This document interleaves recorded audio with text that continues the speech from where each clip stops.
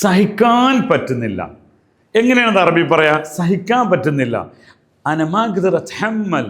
മാഖ്ദുർ അത്ഹമ്മൽ, തഹമ്മൽ എന്ന സഹിക്കുകയാണ്. അനമാഖ്ദുർ അസ്ബിർ എന്ന് പറയാറുണ്ട്. ക്ഷമിക്കുക എന്നതാണ് സബർ. മാഖ്ദുർ അസ്ബിർ എന്ന് പറയാം. പക്ഷേ മാഖ്ദുർ ഹമ്മൽ, ഹംല് എന്നാൽ വഹിക്കുക, ലോഡെടുക്കുക എന്നൊക്കെ അർത്ഥത്തിനാണ്. അത് ആ വാക്കാണ് ഉപയോഗിക്കുക. മാഖ്ദുർ ഹമ്മൽ ഹാദ, ഇതെനിക്ക് സഹിക്കാൻ പറ്റുന്നില്ല. ഇനി ഒരു ഫിസിക്കലി സാധനമാണെങ്കിൽ പറയാം, ഇത് ഭയങ്കര ഭാരമാണ്, എനിക്കത് വഹിക്കാൻ പറ്റുന്നില്ല, എനിക്കത് ചുമടേറ്റാൻ പറ്റുന്നില്ല. വല്ലാഹ് തഗീൽ മറ മാഖ്ദുർ ഹമ്മൽ, അവിടെയും നിങ്ങൾക്കത് പറയാം. അതായത് തഹ്മീൽ തൻസീൽ, ലോഡിങ് ആൻഡ് ലോഡിങ് ആണ്. തഹ്മീൽ തൻസീൽ, ലോഡിങ് ആൻഡ് ലോഡിങ് ആണ്.